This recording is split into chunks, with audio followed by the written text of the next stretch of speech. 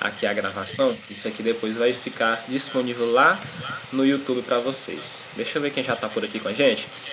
Olha, o Arthur tá por aqui, a Carla, a Isabela, a Isadora, a Lana Tuber. Lana, tu mexe com o YouTube, Lana? Depois mostre nosso canal aí pra você. Aliás, seu canal aí pra nós, né? Maria Clara, Maria Paula, Mariane, Nadson e a Yasmin. Pessoal, sejam bem-vindos aí a mais uma aula, né? Espero que vocês estejam aí todos muito bem, com saúde e dispostos para a gente começar mais uma aulinha aí, né? Ó, nós temos agora 10 pessoas, né? Assim, gente, eu vejo muita gente às vezes cobrando, né, os professores para fazer uma aula online, né? Acho que agora há pouco no grupo, se não me engano, foi no grupo de vocês que teve alguém falando, né, que gostaria que todas as aulas fossem assim, mas a ausência muitas vezes de muitos alunos, né, acaba desmotivando, né, os professores. Tem professor que não quer, né, preparar uma aula toda para ficar ao vivo ali com menos da metade da turma, né? Muito menos da metade da turma, né? Porque a turma de vocês são duas turmas de 30 alunos, tem 60 pessoas, e aqui só tem 10, né? Aí, então, se vocês querem esse modelo de aula online, chamem os coleguinhas de vocês para participar, procurem, dizer, ei, fulano, por que tu não está participando da aula? Vamos participar, o professor está fazendo assim, tá melhor agora. Então, procurem os colegas de vocês, que de acordo com a participação de vocês, que essas coisas vão sendo implementadas, né? Então, assim, a gente não tem ainda uma previsão para voltar para a escola, mas vale a pena. Para aqueles que participam, significa que querem aprender. Verdade, deixa eu ver quem foi que comentou. Por isso que eu não deixo de fazer, né? Porque não pode prejudicar aqueles que querem por os outros que faltam, né? Então, a gravação é realmente para aquele que não veio, né? Mas, infelizmente, eu já vi que eles não estão assistindo a gravação, porque eu já tem como acompanhar os gráficos, né, no YouTube, ver como é que tá a retenção, se o pessoal tá, quanto tempo, né, a pessoa assiste o vídeo, e eu vejo que o pessoal não tá assistindo as gravações, mas enfim, tá tudo sendo cumprido no horário certinho, a gente tá na aula aqui no horário certo, a gravação fica lá disponível e não assiste realmente quem não quer. Pessoal, ontem falamos um pouco, né, falamos bastante sobre o iluminismo, né? Então a gente trouxe muito desse tema, a gente conversou bastante sobre esse tema. Olha o Sergião aparecendo aí, Sergião, famoso matador de onça. Sérgio, meu filho, vai participar das aulas, né? Sérgio, eu posso dar um puxão de orelha que eu conheço ele. Então, gente, ontem falamos... Diga, Sérgio. Ah, pronto. Ó, ontem nós falamos bastante sobre o iluminismo, né? De onde vem essa ideia de iluminismo, a qual período ela pertence, quem foi alguns dos principais filósofos que participaram, né? Quem foram, né? Na verdade, que foi mais de uma pessoa, quem foi o principal articulador desse movimento, o que é que eles buscavam, se isso influenciou nos nossos dias de hoje ou se não fez diferença alguma. E eu queria que alguém me dissesse, né, se isso aí influenciou nos nossos dias de hoje, né, se teve algum resultado para nós, ou se não, ficou lá naquele tempo lá, não funcionou muito bem. Alguém se manifeste aí, pode ser pelo chat também, se não quiser falar, só para vocês participarem um pouquinho para a gente poder continuar. Vocês acham que o iluminismo teve um impacto assim positivo ou não? Ou diz, não, professor, nem sequer entendi o que é que quis dizer com isso. Não tenho vergonha não, viu, gente? Se não tiver aprendido, não tem problema, a gente está aqui para isso. Ninguém vai se manifestar. Eu vou esperar aqui mais um minutinho, porque talvez uma pessoa esteja escrevendo nesse momento que eu estou falando. Deixa eu abrir aqui o chat, ver se já tem alguma coisa. Não, por enquanto não tem nada aqui no chat. Vamos lá, gente. Estou esperando. Enquanto vocês não responderem, a gente vai ficar aqui. Eu vou ter o dia todinho, viu? Achei que deu uma melhorada. O Arthur já deu aqui a opinião dele. Mais alguém? Gente, os dedos de vocês não vão cair se vocês participar não, viu? Pode comentar sem medo que os dedos vão continuar intactos, eu prometo. O Sergião não participou, né? Tá um pouco perdido aí. Mas, Sérgio, para você que não participou ontem, essa aula tá disponível lá no YouTube, viu? É só você entrar lá. Eu botei o link no grupo ontem para que você acesse e assista a live que você perdeu ontem, beleza? Pois vamos lá, já que vocês não aprenderam o que é iluminismo, né? Vamos dar uma pinceladazinha nesse assunto mais uma vez, para a gente poder continuar. Ontem, né, nós explanamos todo esse mapa mental aqui sobre o iluminismo, né? Falamos quem foi o pai do iluminismo, né, que foi John Locke. Falamos dos principais filósofos, né, que foi Roosevelt, Montesquieu e Voltaire. Falamos também, né, sobre a divisão dos três poderes proposta naquele momento, que era a divisão do poder entre legislativo, executivo e judiciário. Eu falei para vocês, né, perguntei se vocês conheciam algum país que seguia esse modelo. Algumas pessoas disseram que não, outras disseram que sim, outras disseram que era o Brasil. Professor, minha internet está só caindo. Deixa eu ver quem foi que comentou aqui. Foi a Isabela. Tá bom, Isabela. Pois aí, qualquer coisa, se cair, depois tu pode entrar novamente. E se tu não conseguir acompanhar alguma coisa, depois tu vê lá pelo YouTube, viu? Então falamos também o que foi que isso influenciou, né? Falamos da independência, demos a pequena introdução, né, sobre a independência dos Estados Unidos, sobre a Revolução Francesa, a Inconfidência Mineira.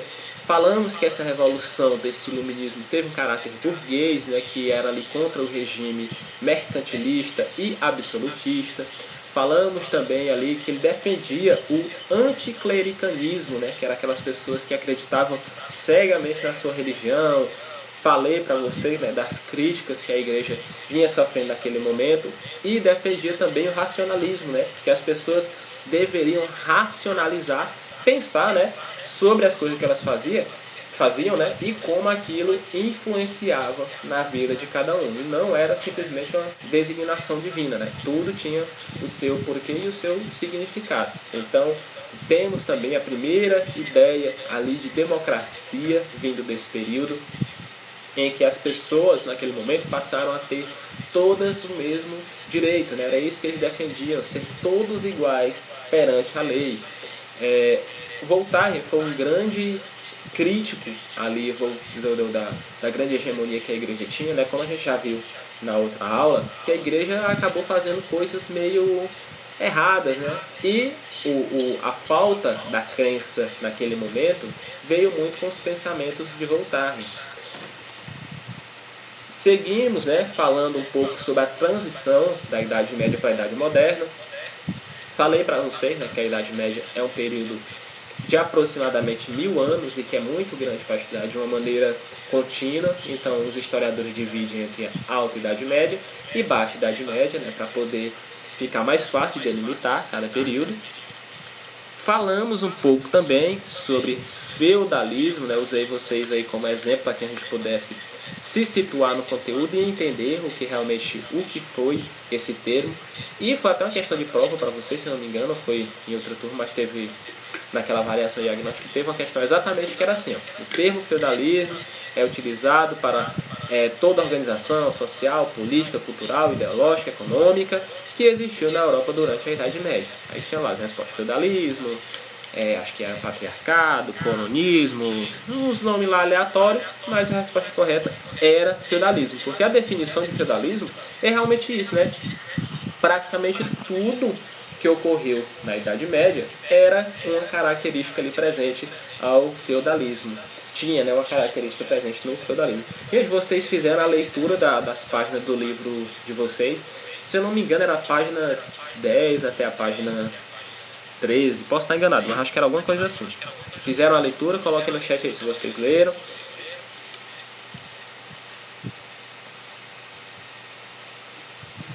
O Arthur colocou que já fez a leitura, né? Para quem não fez, tá, gente? Vá lá fazer sua leitura. Depois da aula, quando acabar aqui, você vai lá e faz a leitura da página 10 até a página 13. Bem pouquinha coisa. A Mariane também comentou aqui que sim, né? Que já tinha feito a leitura. Certíssimo. Então, vamos adiante, né? Falamos que a economia no período feudal era baseada na agricultura, bem como na exploração servil, né, que eu falei para vocês, a exploração dos servos, né, que eu até usei o exemplo do... Como era o nome, rapaz, do menino que eu usei como exemplo, que era o rei? Me lembrem nos comentários, esqueci, mas eu usei o exemplo, né, que ele tinha ali as pessoas que colocavam ao redor dele para que usassem a terra dele para trabalhar.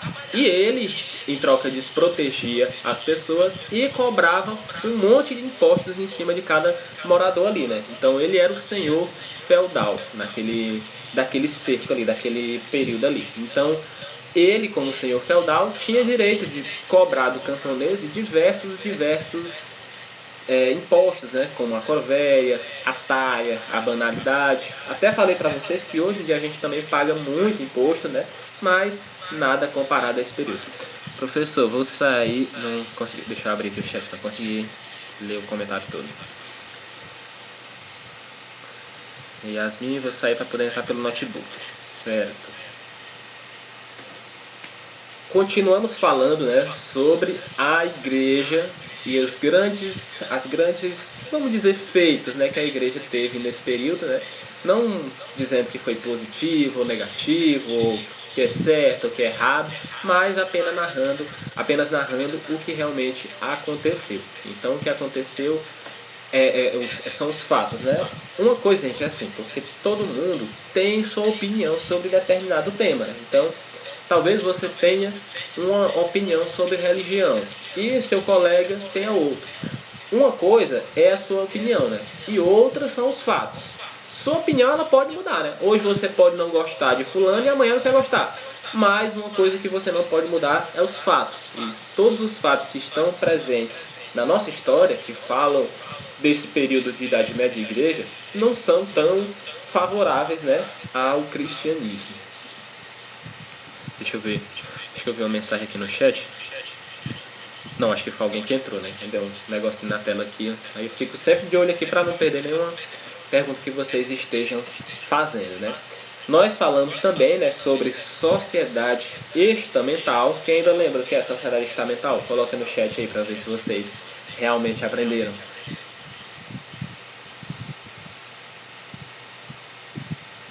Ou pode ligar o microfone também, viu, gente? Não se sintam acanhados, não. Liga o microfone aí e dê sua opinião.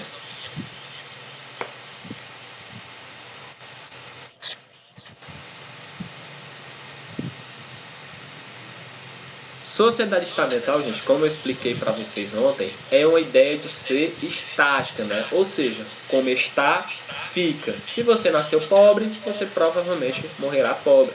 Se você nasceu rico, você provavelmente morrerá rico.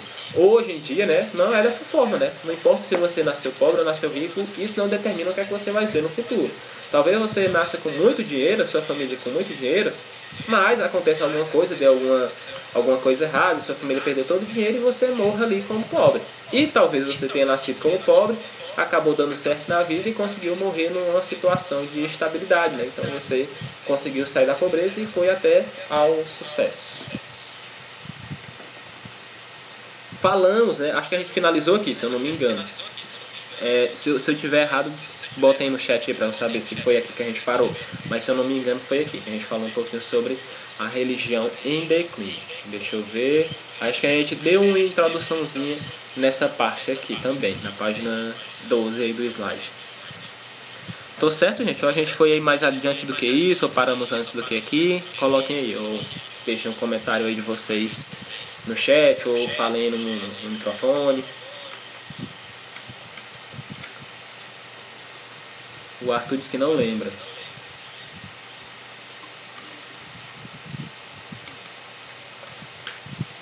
Se eu não me engano, foi até aqui. Então vamos partir desse ponto.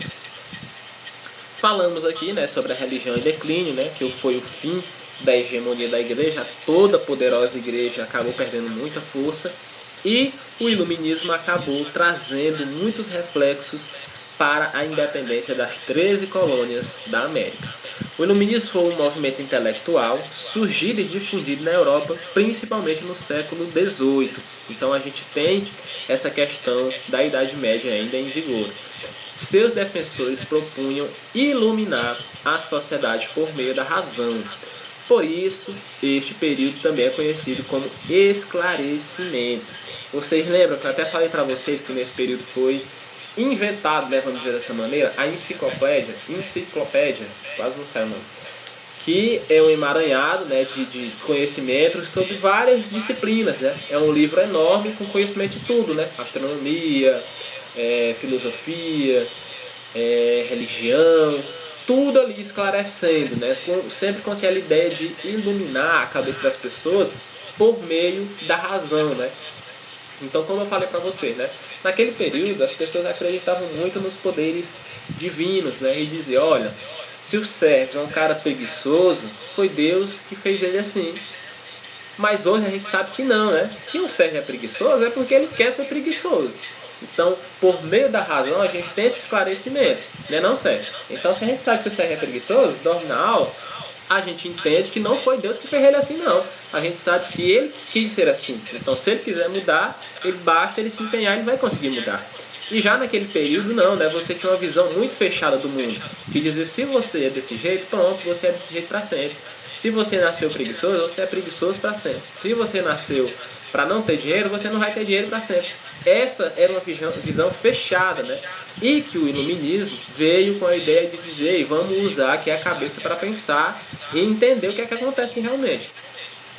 Tá certo, né, Sérgio? Sobre a preguiça do Sérgio aí. Sérgio, tu tava dormindo, tu não veio assistir a aula, não foi, Sérgio? Confessa aí. Sei, viu, Sérgio? O Sérgio é um matador de onça. Vocês conhecem essas histórias do Sérgio? Depois o Sérgio vai contar pra vocês a história do que disse que pegou uma onça, não sei aonde. Aí mente, mano. Falamos também, né, gente, um pouquinho sobre John Locke, né, que foi o principal, né, articulador desse movimento. E ele tem a seguinte frase, né, eu trouxe a seguinte frase dele só pra gente entender um pouco sobre o pensamento de John Locke. Todos os homens são passíveis de errar. A maior parte deles é, em muitos aspectos, por paixão ou interesse, tentando ou fazê-lo. Ou seja, sempre trazendo essa ideia de que o homem, né, realmente nós, é que temos o direito e o dever de fazer nossas próprias escolhas. E não que está tudo determinado, já está tudo para ser, já é seu destino. Meu destino é que não me formar, então pronto, siga aqui seu destino. Não, e não tem nada a ver, né? A gente sabe hoje que isso é totalmente uma inverdade, vamos dizer dessa maneira, para não dizer que é uma mentira. Então, esse pensamento, por isso que tem até aquela lâmpadazinha, quando você assiste um desenho, por exemplo, um personagem tem uma ideia, não sai uma lâmpada na cabeça dele assim, é realmente essa ideia de iluminar aquilo que estava obscuro naquele momento. Então, esse era o principal pensamento iluminista, de iluminar as pessoas através da razão, através do conhecimento. Quem tem conhecimento tem tudo, né? Conhecimento é poder. Partindo desse pressuposto, gente, a gente vai falar um pouco sobre a Revolução Francesa, que é um marco também muito importante na nossa história e que trouxe influências para cá, né, para o nosso Brasilzão. Tem alguém querendo entrar aqui? Giovana. Então, que trouxe, né, influências para nós, né, para nosso dia a dia. Então, a gente vai entender que nada é por acaso, que nada está solto ali no tempo. Tudo ali tem a sua causa, razão e circunstância. Revolução Francesa, né, essa pintura é muito conhecida, é muito famosa. Então, eu trouxe ela realmente só para a gente dar uma olhadinha e saber que ela é referente a este período, né. Dê uma olhadinha, a gente deu uma analisada nessa imagem aí, vejam aí o que é que vocês acham. Dê uma olhadinha aí. Se você tiver no celular e quiser que fique maior, é só virar na horizontal ou dar 2 cliques na tela que aplica o zoom. Dê uma olhadinha aí, alguém, por favor, para vocês se situarem, né? Vamos entender o que é que essa imagem quer nos transmitir. Não falem que quer transmitir uma mulher que está sem a parte de cima da roupa, não. Viu? Já imaginei o pensamento aí de vocês.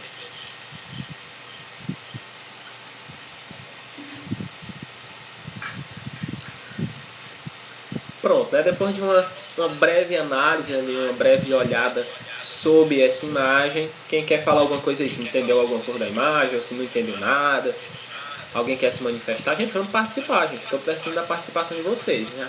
Já não tem muita gente, né? Então é muito importante que vocês participem para a gente ficar num ambiente mais interativo e mais legal.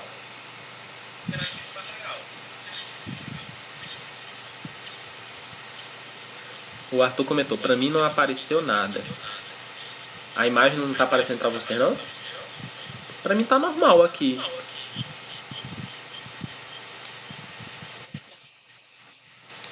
Apareceu aí? Ah, pois pronto. Pra mim tava normal aqui. Mais alguém fora o Arthur vai falar alguma coisa? Ou tá todo mundo mudo? Apareceu. Pois é, já que tá aparecendo aí, dê uma olhadinha e digam o que é que vocês acham.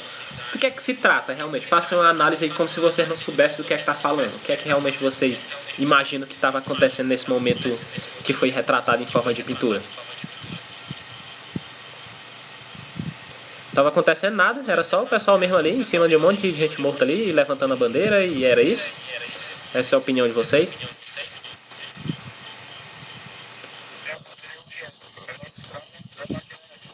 Bandeira da França. Deixa eu ver o que é que vocês estão comentando aqui. Ó, uma guerra, o Arthur comentou. A Lana comentou, acho que era uma guerra. E a Yasmin colocou treta, guerra e briga. Nesse momento, gente, a gente traz uma reflexão sobre realmente um momento de conflito, né? Podemos até, entre aspas, colocar como se fosse uma guerra mesmo, né? Então a gente vê pessoas normais, né, indo às ruas ali, muitas vezes com vestimentas totalmente inapropriadas, né? Ninguém vai para a guerra de vestido igual essa mulher foi. Então isso é para nos trazer a ideia de que a população realmente foi às ruas, né? Então a população foi às ruas para tentar correr atrás dos seus direitos, porque ao longo dos anos, né, vocês felizmente já nasceram numa época muito boa, né, em que nós temos direito a direito de expressão, a falar, a se vestir do jeito que quer, a gostar do que quiser, ninguém é obrigado a gostar de nada, de religião nenhuma, mas saiba que nem sempre foi assim. Então, a Revolução Francesa foi realmente uma luta contra esses paradigmas, né, que a sociedade enfrentava. Então, por isso que ela está representada como uma pessoa comum, né, uma pessoa que estava ali no seu dia a dia, de vestido, e foi à rua, foi à luta para poder lutar contra, atrás, né, dos seus direitos. Para contextualizar isso, a gente vai ver o seguinte, ó. A Revolução Francesa, que ocorreu em 1789, é um evento que, segundo alguns autores, inaugura a chamada Idade Contemporânea. Os historiadores do século XIX, que fizeram a linha divisória da história, imputaram este acontecimento ao caráter de um marco divisor entre Idade Moderna e Idade Contemporânea. Vocês lembram que eu trouxe uma imagenzinha para vocês que tinha assim todos esses eventos, por exemplo, como acabou a Idade da Pré-História, como acabou a Idade Antiga, como acabou a Idade Moderna, e esse é o marco que marca realmente, né, o fim da Idade Moderna e o começo da Idade Contemporânea, que é a que nós estamos vivendo atualmente. Por conta, olha só, foi um marco divisor da Idade Moderna para a Contemporânea por conta da radicalização política que a caracterizou. Ou seja, foi um impacto que ocorreu não só na França, né, mas que acabou gerando repercussão no mundo inteiro. Para se entender a Revolução Francesa, é necessário conhecer um pouco da situação econômica da França no século XVIII. A gente vai já ver isso. Então, entenda, sempre que vai... E geralmente, né, vamos dizer dessa maneira, ocorrer algum movimento assim contra o presidente, é necessário que isso vá acontecendo aos poucos, né? Então a gente tem que entender como é que a China está... A China, olha, eu acho que estava pensando na pandemia aqui e falei da China. Como é que a França está nesse momento para ver como isso aconteceu. Então, por exemplo, não sei se vocês já viram, né, mas de vez em quando as pessoas falam impeachment do Bolsonaro, impeachment de não sei quem, impeachment disso, impeachment daquilo. E como é que isso chega, né? Como é que a gente chega nessa parte do impeachment, que é a maior coisa que se pode fazer, né? Que é tirar o presidente ali do poder. Então, são várias coisinhas, né, que vão aos poucos cansando as pessoas até elas pensarem, não, chegou a hora de tirar essa pessoa aqui do poder. Então vamos aí fazer um impeachment, né? Então impeachment da Dilma, impeachment do Temer, impeachment do Bolsonaro, sempre essa questão. Então são vários e vários fatores que vão entristecendo ali os eleitores que correm atrás do seu direito, certo? Absolutismo em declínio. Então a gente vai entender um pouquinho desse contexto. O que era o absolutismo, né? Olha só, até o século XVIII a França era um estado que vigia, né, o modelo do absolutismo monárquico.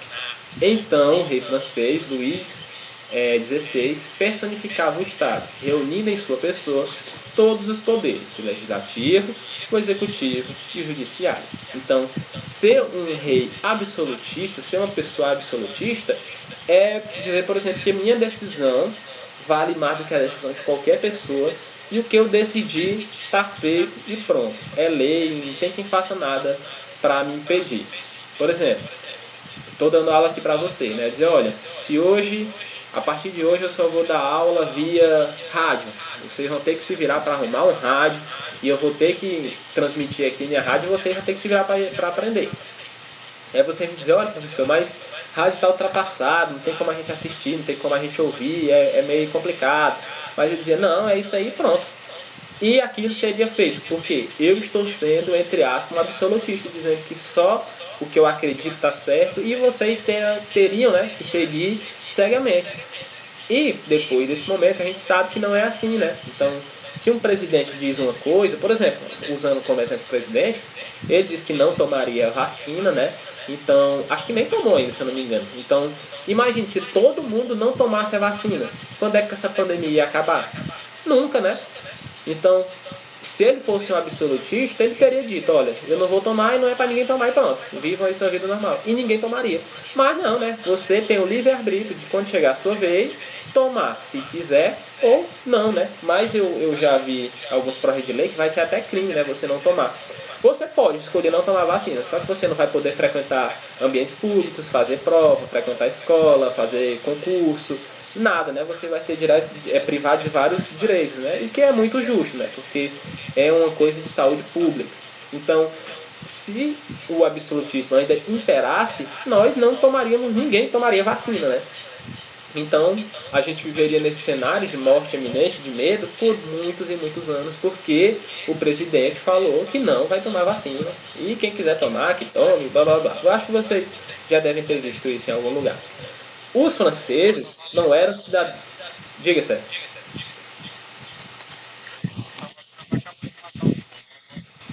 Como é? Não ouvi direito, não. Diga de novo.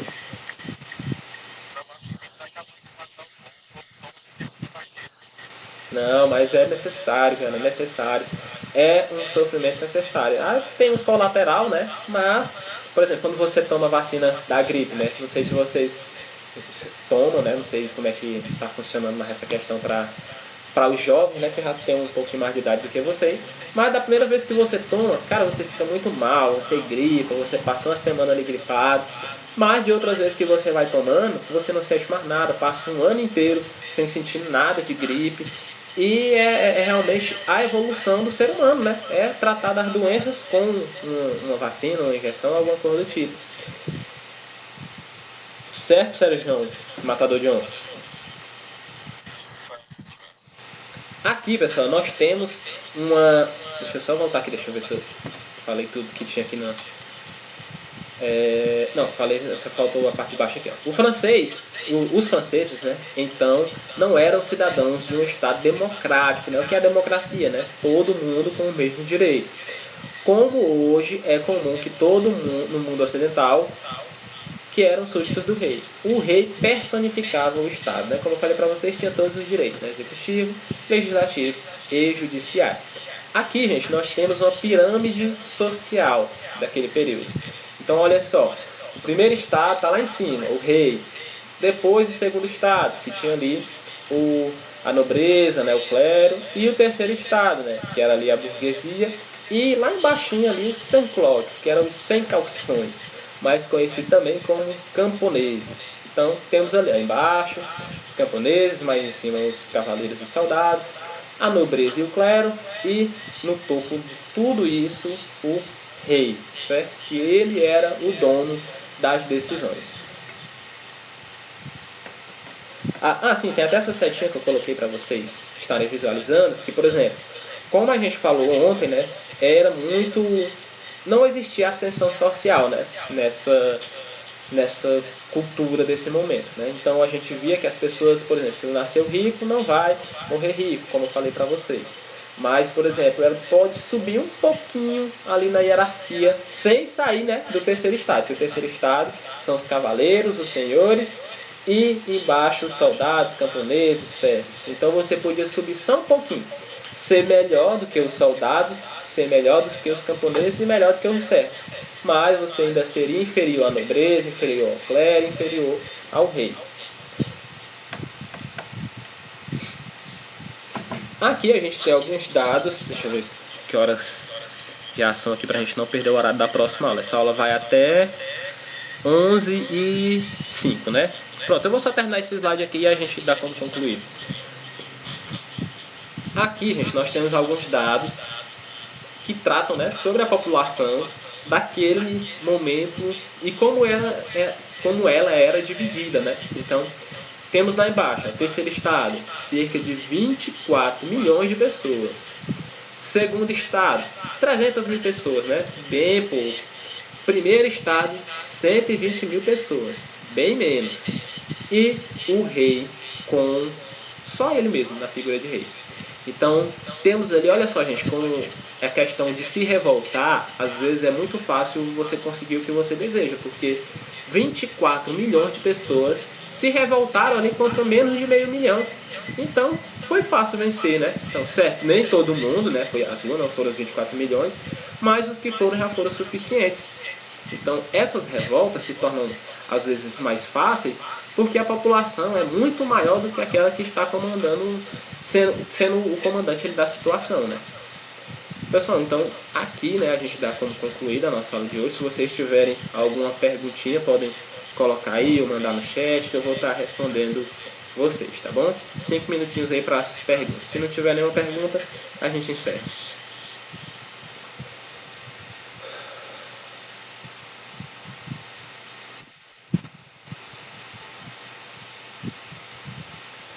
Bom, pelo jeito aqui não tem nenhuma pergunta, né? Então vamos dar aqui como encerrada a nossa aula de hoje, né? Para quem chegou um pouquinho atrasado, essa aula vai estar disponível daqui a pouco lá no YouTube, viu? Aí você pode visualizar por lá toda a aula, tá bom?